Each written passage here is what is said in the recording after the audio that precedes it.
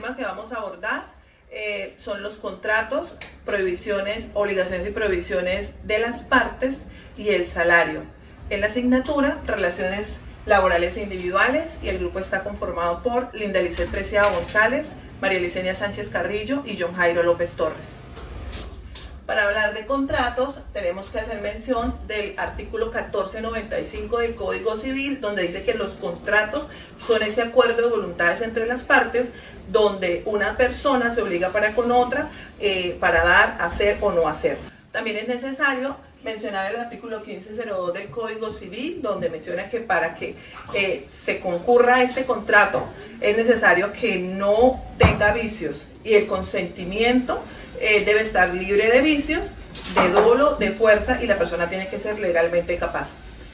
Ya en el tema de la exposición como tal, el contrato de trabajo, el artículo 22 menciona que es esa obligación que hay de las partes, donde una persona natural se obliga con una persona natural o jurídica a realizar una actividad, y esa actividad debe estar remunerada y bajo una continua subordinación. También es necesario mencionar que el artículo 29 del Código Sustantivo del Trabajo menciona esa legalidad capaz que tienen las personas en el momento de contratarse, y esto es las personas mayores de 18 años. Pero el artículo 30 dice que los jóvenes menores de 18 años también son y pueden ser legalmente capaces siempre y cuando haya una expresa certificación de sus padres, adicional a esto de la autoridad competente, que en este caso es el inspector de trabajo. A falta de inspector de trabajo donde resida este joven, puede ser el alcalde municipal, y a falta de estos dos, el defensor de familia. Los contratos de trabajo poseen unas características, entre ellas, quien presta el servicio se denomina trabajador y quien recibe y remunera se denomina empleador. La remuneración, cualquiera que sea, se denomina salario. El trabajador siempre debe estar bajo una continua subordinación de su empleado, lo que lo faculta a él a darle órdenes de modo, tiempo y lugar, pero sin que esto vulnere la dignidad de este trabajador. Empleador en este caso siempre debe ser o una persona natural o una persona jurídica. Para que concurra un contrato laboral es necesario que tenga unos elementos. Esto está regulado en el artículo 23 del Código Sustantivo del Trabajo, donde menciona que para que haya o se celebre un contrato laboral entre las partes es necesario que tenga sus elementos esenciales, como son la prestación del servicio que debe hacerla este trabajador de manera personal, la subordinación, que esa quiere decir la dependencia continua que tiene este trabajador en modo de tiempo y lugar, siempre y cuando exista este contrato laboral, donde este empleador no puede vulnerar su dignidad, honra, ni violar los derechos del trabajador. Y por último, la remuneración, que es ese pago por estas actividades realizadas por parte del trabajador. En el artículo 26 podemos ver la coexistencia de contratos. Esto quiere decir que un trabajador puede celebrar varios contratos con varios empleadores siempre y cuando no haya firmado una cláusula de permanencia. También es importante mencionar, en el artículo 43 nos menciona las cláusulas ineficaces. Dentro de un contrato laboral, las partes pueden pactar cláusulas, pero esto no quiere decir que estas cláusulas vayan en contra de los derechos reglamentados por el Código Sustantivo del Trabajo. Siempre y cuando hayan estas cláusulas y desmejoren el trabajo o los derechos involucrados de este trabajador, son ineficaces. El artículo 37 del Código Sustantivo del Trabajo nos habla de los contratos según su forma. Según su forma, los contratos pueden ser verbales y escritos. En el artículo 38 vamos a hablar del contrato verbal. El contrato verbal es ese acuerdo de voluntades, por lo menos donde las partes deben ponerse de acuerdo en unos aspectos que son importantes, entre ellos la índole del trabajo, el sitio de realización de la actividad laboral, la remuneración que va a recibir este trabajador por esta actividad realizada y la terminación o el tiempo donde debe finalizar esta labor que va a realizar este trabajador.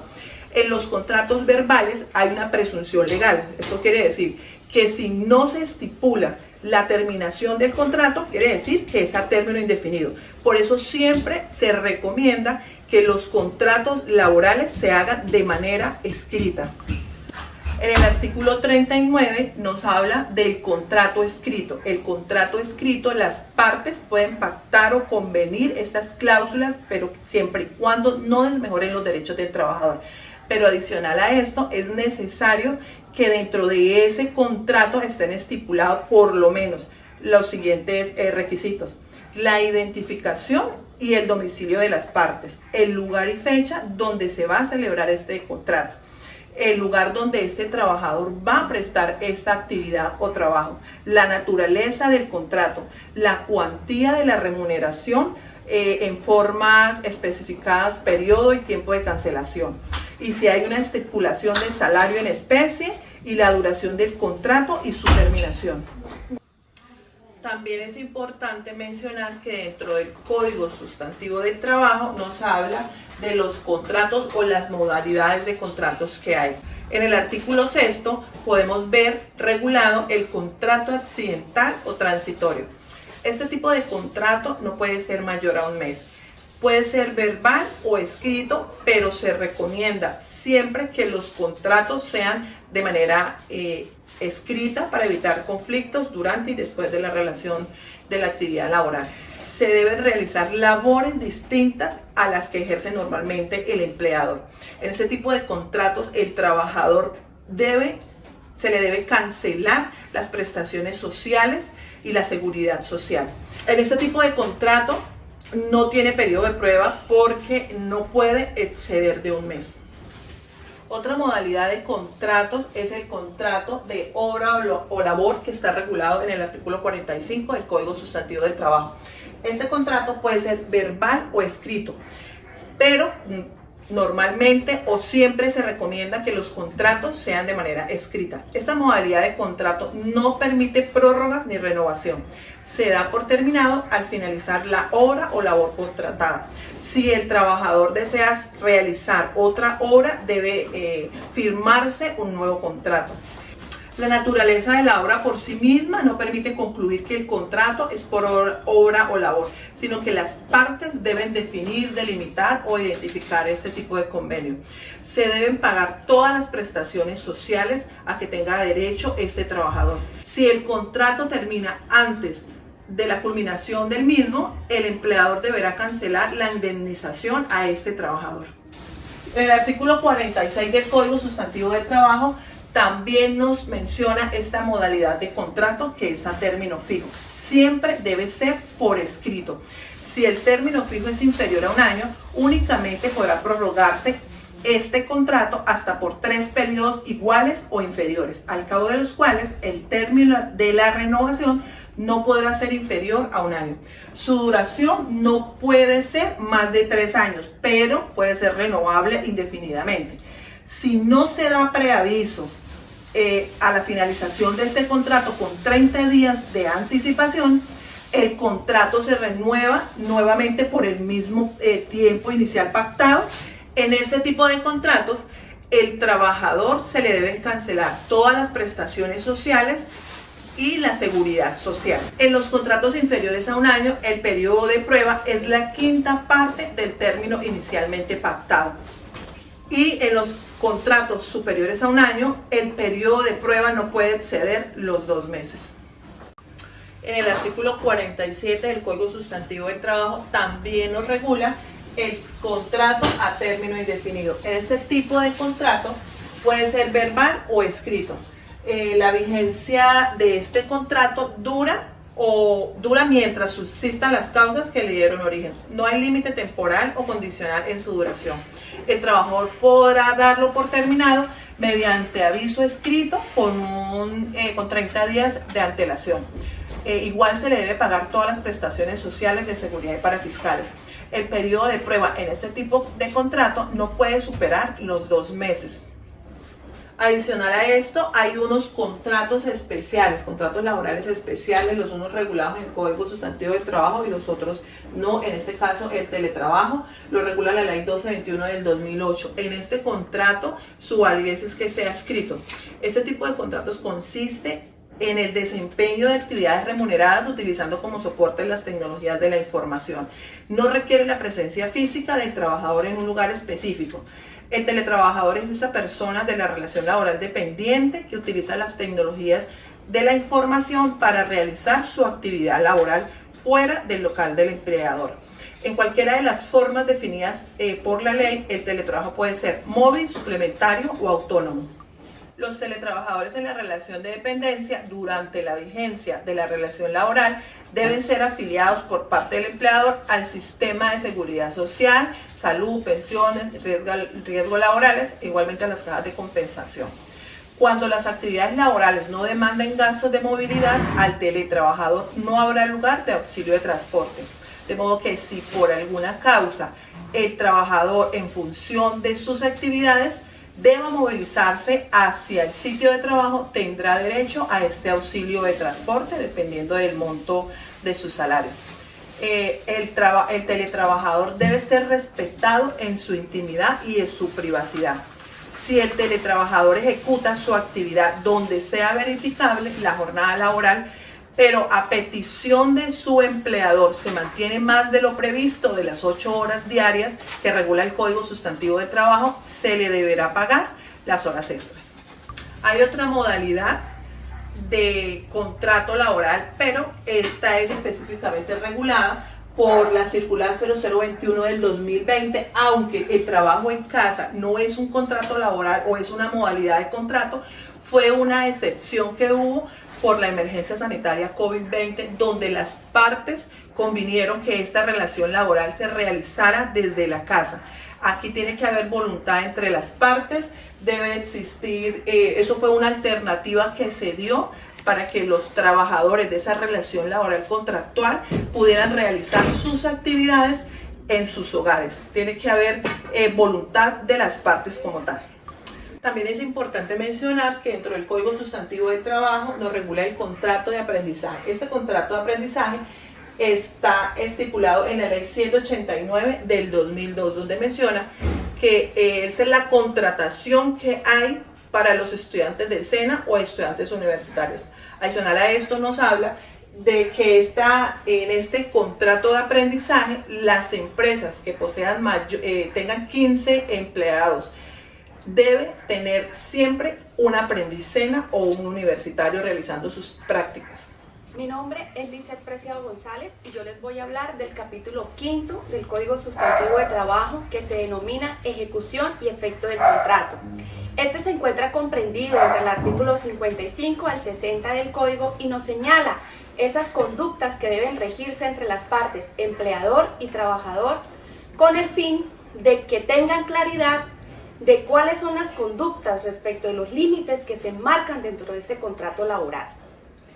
Para ello, es importante tener en cuenta que todo contrato de trabajo se basa en unos parámetros de probidad, rectitud y honradez recíproca. Es por ello que el legislador estimó importante incorporar al artículo 55 del Código las obligaciones que deben cumplir las partes de obrar de buena fe y que supone ese cumplimiento de lo que está expresado o de lo que se ha acordado dentro de ese contrato de trabajo o que por la naturaleza de este se desprenda. El artículo 56 nos señala esas obligaciones generales que tienen las partes y es aquí donde al empleador se le obliga proteger y darle esas garantías mínimas de seguridad al trabajador. Sin embargo, al trabajador se le adjudica esa actitud de actuar en forma de obediencia, de fidelidad, y que es precisamente debido a ese elemento esencial que nace de la vinculación laboral, que es la subordinación. El artículo 57 del Código Sustantivo nos señala esas obligaciones que tiene el patrono. Es importante dar a conocer que esas obligaciones se dan antes, durante y después de terminada la relación laboral. Antes de la relación laboral, los patronos están obligados a estipular el salario, a determinar la modalidad del contrato, determinar el lugar y la jornada del trabajo. Ellos, los patronos, deberán solicitarle a los trabajadores esa documentación necesaria y que es exigente de acuerdo al perfil del cargo. Deberán enviarlos a sus trabajadores a unos exámenes médicos ocupacionales de ingreso y este costo lo asume el empleador. Deberá pagar los aportes de seguridad social en los que están contemplados la salud, los riesgos laborales, pensiones y cajas de compensación. Es necesario que el empleador le permita al trabajador escoger su empresa prestadora de servicios de salud, mientras que bajo el empleador él podrá escoger la ARL a la cual se va a afiliar a la empresa. Antes de la relación laboral es importante que una vez firmado el contrato se le entregue copia al trabajador siempre y cuando éste haya sido de forma escrita. El artículo 57 señala esas obligaciones que tienen los empleadores durante la relación laboral y es aquí donde ellos deben entregarle a sus trabajadores las herramientas y los útiles necesarios para el desarrollo de su labor. Salvo caso de estipulación en contrario, en donde se presentarán situaciones en el que sea el trabajador que deba suministrar estas herramientas siempre y cuando quede constado bajo escrito y no sea en su totalidad, situación que no hace cambiar la situación jurídica entre ellos. El empleador está en la obligación de condicionar o de acondicionar mejor los lugares de trabajo con el fin de proteger al trabajador y ofrecerle condiciones mínimas de seguridad y salud para este trabajador. Para ello deberá entregar los elementos de protección personal y todos los elementos necesarios acordes para la tarea. Deberá también prestar inmediatamente los primeros auxilios en caso de siniestros o emergencias o ante un peligro inminente en donde se puedan ver expuestas las personas y las cosas de la empresa. Este artículo nos señala que en los establecimientos mayores a 10 trabajadores, toda empresa está en la obligación de contar con esos elementos necesarios y también acorde a los autorizados por las entidades sanitarias. Deberá pagar los salarios que se han pactado de acuerdo al lugar y a los periodos convenidos.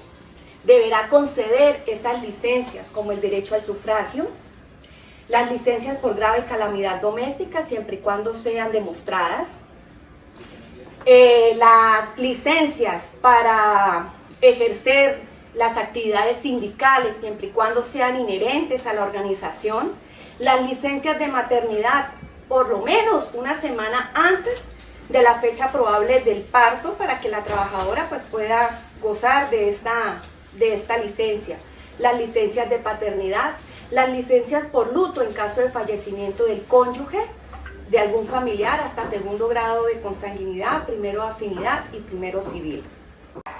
Durante esta relación laboral es indispensable que los empleadores autoricen los exámenes médicos ocupacionales periódicos o en el caso de que los trabajadores cambien de labor u oficio o en aquellas situaciones donde han habido trabajadores con incapacidades prolongadas. El artículo también nos menciona que el empleador deberá pagar al trabajador esos gastos de venida y regreso para el cumplimiento de sus obligaciones siempre y cuando las actividades inherentes a su cargo lo hayan obligado a salir de su lugar de residencia. Esto también se hace extensivo al vínculo familiar que convivan con el trabajador. Deberá cumplir el reglamento, mantener el orden y respetar las leyes. Una obligación del empleador muy importante es capacitar a los trabajadores, ofrecerles una inducción. Esta inducción deberá darse a conocer el reglamento interno de trabajo y el sistema de seguridad y salud en el trabajo con el fin de que los trabajadores conozcan cuáles son esos riesgos a los que se exponen para prevenir los accidentes de trabajo y enfermedades laborales. Deberá cumplir también con la entrega de la dotación una vez el trabajador haya cumplido los 3 meses y esta constará de calzado, vestido o vestido de labor. Deberá también guardar el respeto absoluto por los trabajadores y sus compañeros de trabajo. Durante esa relación laboral, puede que en algún momento se termine, y es aquí donde el empleador tiene unas obligaciones para con el trabajador, y es enviarlo también a realizar exámenes ocupacionales de retiro, el cual se da por entendida la obligación una vez el empleador ha autorizado este servicio. Es importante entregarle al trabajador certificaciones, o cuando el trabajador lo solicite, certificaciones, y en ellas tendrá que hacer constar el empleador el salario, el tiempo trabajado, las funciones inherentes al cargo, evitando utilizar simbolismos o descalificativos que puedan atentar contra la dignidad del trabajador. El artículo 59 nos habla de las prohibiciones que tiene el empleador durante la relación laboral. Ellos no podrán contratar menores de edad siempre y cuando haya una autorización por parte de los padres o por parte de los representantes legales, o una autorización por parte del ministerio o las autoridades competentes. No puede deducir, detener o compensar los montos de los salarios o de las prestaciones dinerarias del trabajador, ya que éste pues deberá autorizarlas por escrito y también bajo mandato judicial. En los casos en que se pueden hacer esas deducciones es cuando existe un mandamiento judicial, cuando son cuotas sindicales, cuando son cuotas de deudas que debe el trabajador a las cooperativas de trabajo asociado, el descuento en los aportes para el pago de la seguridad social o en las retenciones tributarias.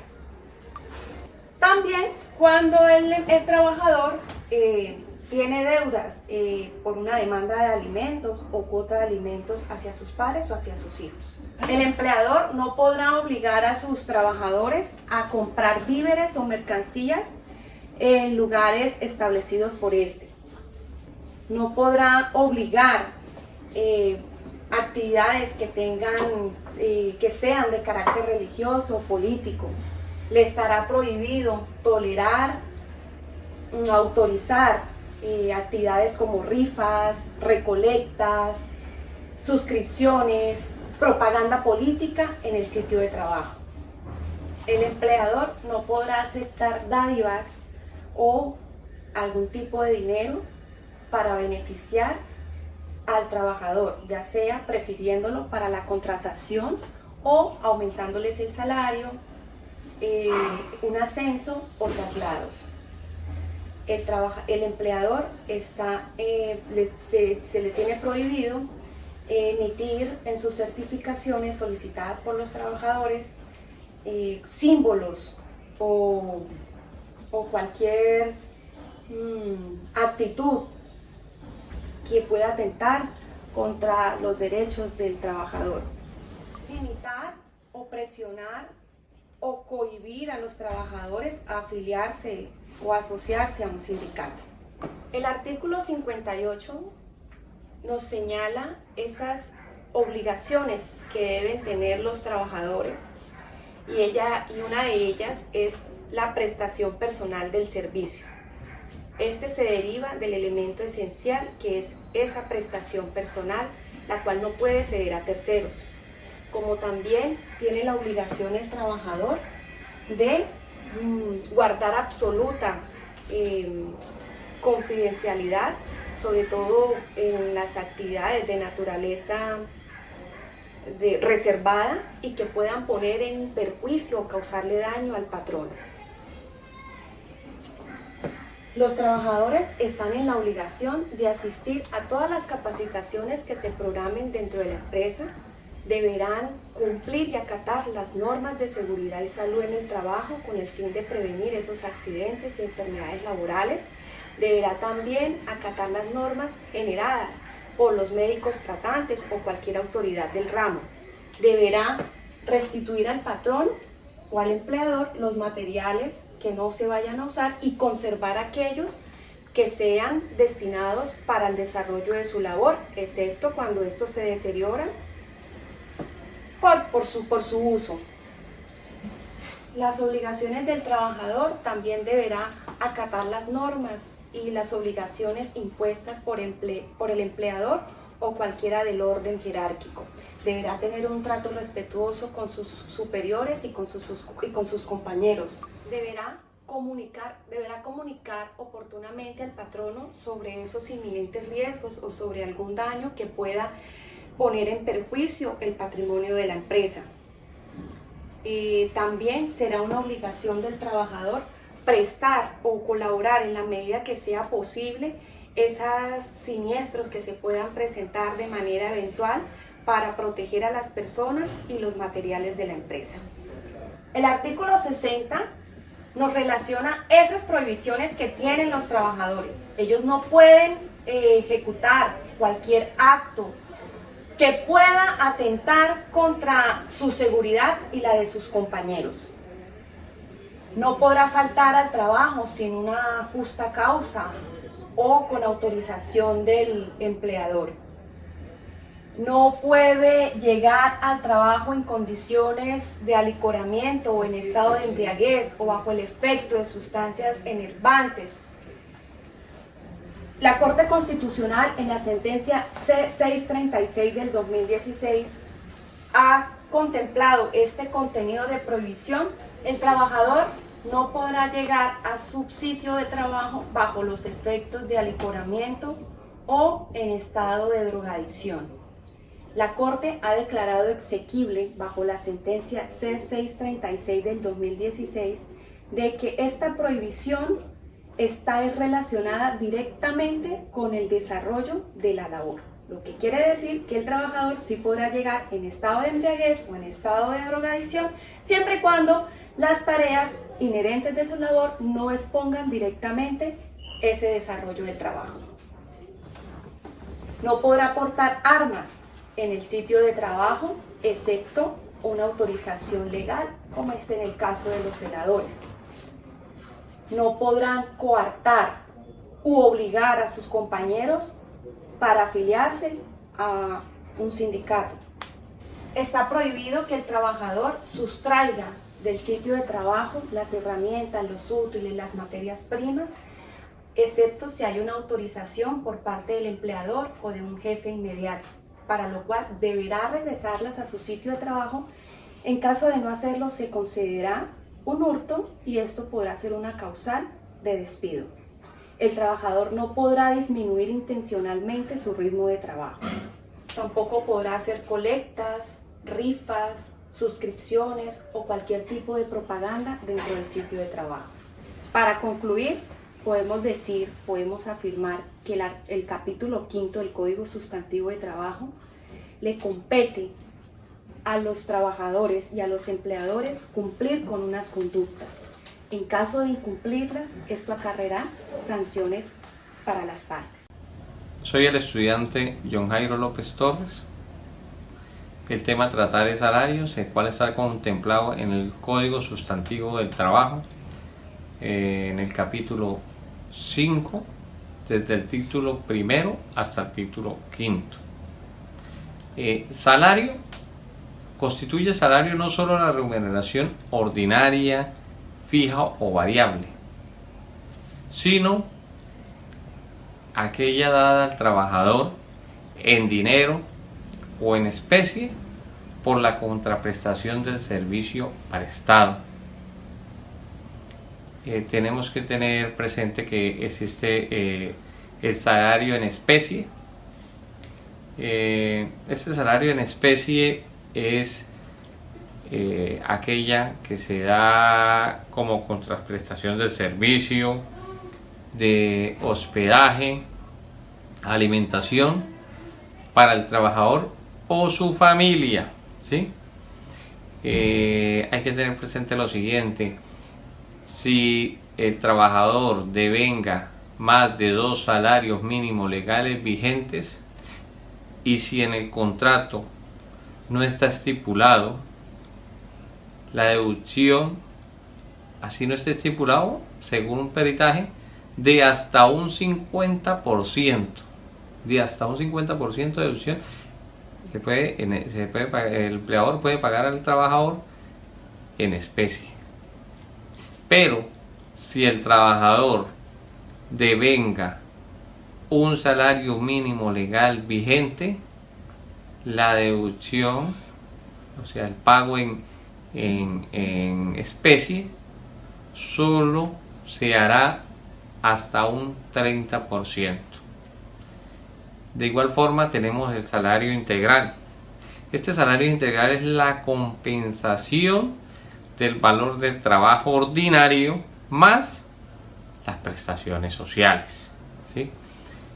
Como característica principal, solamente se va a ver este contrato de salario integral en el sector privado, ¿sí? Y tiene que ganar más del 10 salarios mínimos legales vigentes más el factor prestacional, ¿no? Y beneficios. De igual forma tenemos los viáticos. Los viáticos son aquellos que el empleador, ¿no?, asigna para realizar las labores cuando está fuera del lugar de trabajo. Los viáticos se subdividen. Tenemos dos clases de viáticos. Están los viáticos accidentales y están los viáticos permanentes. Los viáticos accidentales son aquellos que se dan, por ejemplo, la representación, gastos de representación y gastos de transporte. Estos no van incluidos dentro del salario. Pero tenemos los viáticos permanentes, que estos sí van incluidos dentro del salario, los cuales son vivienda y alimentación, ¿sí? Tenemos que tener presente las formas de pago salarial. Tenemos tres formas de pago: por obra, por destajo o tarea y por unidad de tiempo, ¿sí? Por obra es aquella que se determina, ¿no?, un número de obras realizadas, ¿sí? Por destajo o tarea, aquellas obras, aquellas tareas asignadas, ¿no?, en determinado tiempo. Esta se cancela por obra, por individual, por obra realizada. Y por unidad de tiempo puede ser diaria, semanal, quincenal o mensual. Pagos laborales obligados del empleador, que está obligado el empleador a pagar. El salario ordinario, los recargos, ¿no? Puede ser estos recargos cuando hablamos de las horas extras, ¿sí? Los días laborados que son de descanso obligatorio, ¿sí? Prestaciones sociales, vacaciones, aportes, ¿no?, para fiscales. Para tener presente las propinas que reciba el trabajador no constituyen salario. Al igual, el auxilio de transporte no constituye salario. Es una prestación social. ¿Sí tiene incidencia? ¿En qué tiene incidencia? En el cálculo de cesantías y prima legal. Tener presente que trueque no puede haber. Eso que el empleador le cancela con alguno de los artículos que realiza el trabajador en actividad, no se puede dar, ¿no? No se puede dar. En cuanto al tema de embargos salariales, solamente hasta el 50% del salario, pero que tenga que ver con cooperativas o una orden judicial por alimentos, nada más, hasta un 50%, no más. Gracias. Muchas gracias por su atención.